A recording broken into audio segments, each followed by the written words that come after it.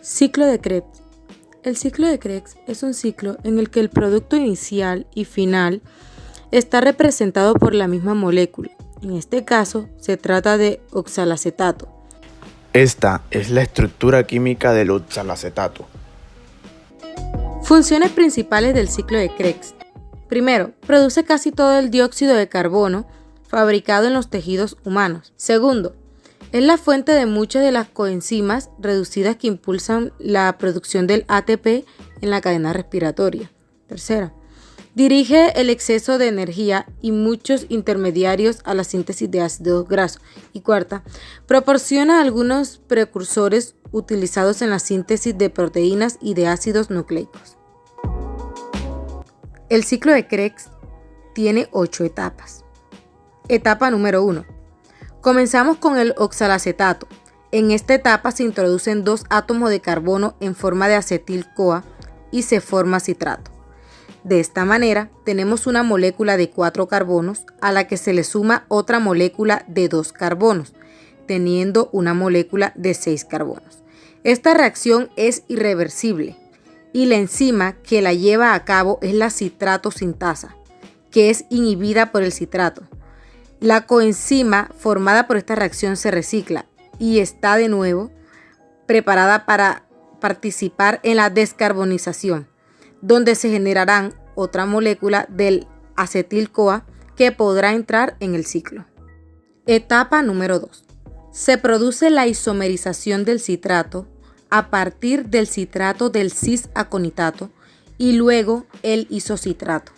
Esta reacción es reversible y es llevada a cabo por la enzima aconitasa, que es inhibida por el fluorocitrato. La aconitasa puede promover la dirección reversible de agua al enlace doble del cis-aconitato, unido a la enzima mediante 2 caminos diferentes, de los que uno conduce al citrato y el otro a isocitrato en las células.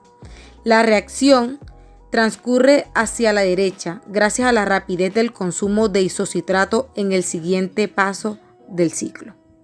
La etapa 3 consiste en la generación de dióxido de carbono por una deshidrogenasa ligada al NAD+ y la formación de alfa-cetoglutarato.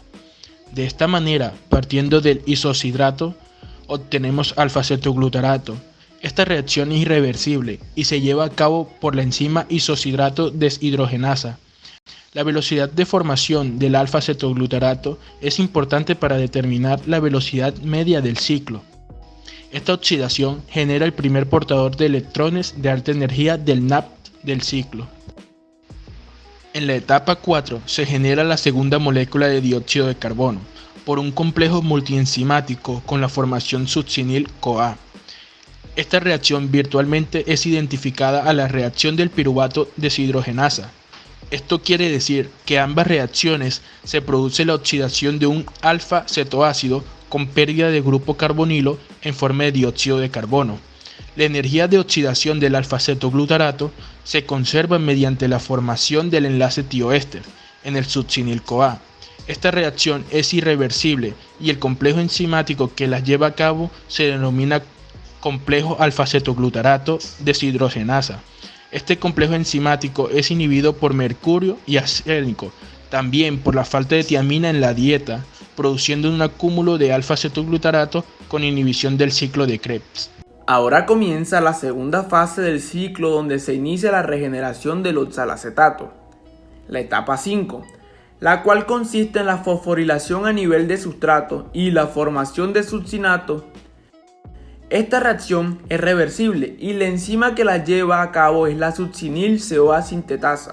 La energía liberada por la ruptura del enlace tioéster del succinil-CoA se acopla a la fosforilación de un nucleósido de fosfato de purina, normalmente GDP. Estas reacciones se denomina fosforilación. Es a nivel de sustrato para distinguirlas de la fosforilación oxidativa, ligada a la respiración. El GTP, formado por la succinil-CoA sintetasa, puede donar su grupo fosfato terminal al ADP para formar ATP. Luego, continuamos con la etapa 6, la cual es una deshidrogenación dependiente de fabina con la formación de fumarato.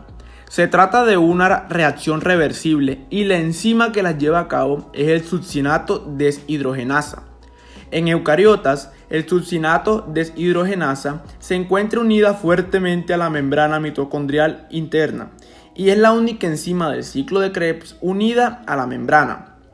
El succinato deshidrogenasa está directamente unida a la cadena de transporte electrónica, cadena que constituye el punto de unión entre el ciclo de Krebs y la formación de ATP. La etapa 7 consiste en la hidratación de un doble enlace carbono-carbono con la formación de malato. De esta manera, a partir de una molécula de fumarato, con la adición de una molécula de agua, obtenemos una molécula de malato. Se trata de una reacción reversible y la enzima que la lleva a cabo es la fumarasa. Finalmente, llegando a la etapa 8, se produce una deshidrogenación que regenera al oxalacetato. Volvemos al inicio del ciclo. La enzima que lleva a cabo esta reacción es la malato deshidrogenasa y se trata de una reacción reversible. El equilibrio de esta reacción se encuentra muy desplazado hacia la izquierda en condiciones termodinámicas estándar. Sin embargo, en la célula intacta, el oxalacetato está siendo continuamente retirado por la reacción altamente exergónica del citrato sintasa. Como consecuencia de ello, la concentración intracelular del oxalacetato se mantiene en niveles muy bajos, lo que empuja la reacción de la malato deshidrogenasa hacia la formación de oxalacetato. En resumen y a modo de repaso del ciclo de Krebs, el grupo acetilo de 2 carbonos y del acetil-CoA se combina con un compuesto de 4 carbonos, el cual es el oxalacetato, y produce un compuesto de 6 carbonos, el cual es el citrato. En el curso de este ciclo, 2 de los 6 carbonos del citrato se oxidan a dióxido de carbono y se regenera el oxalacetato, y de esta serie se forma un ciclo.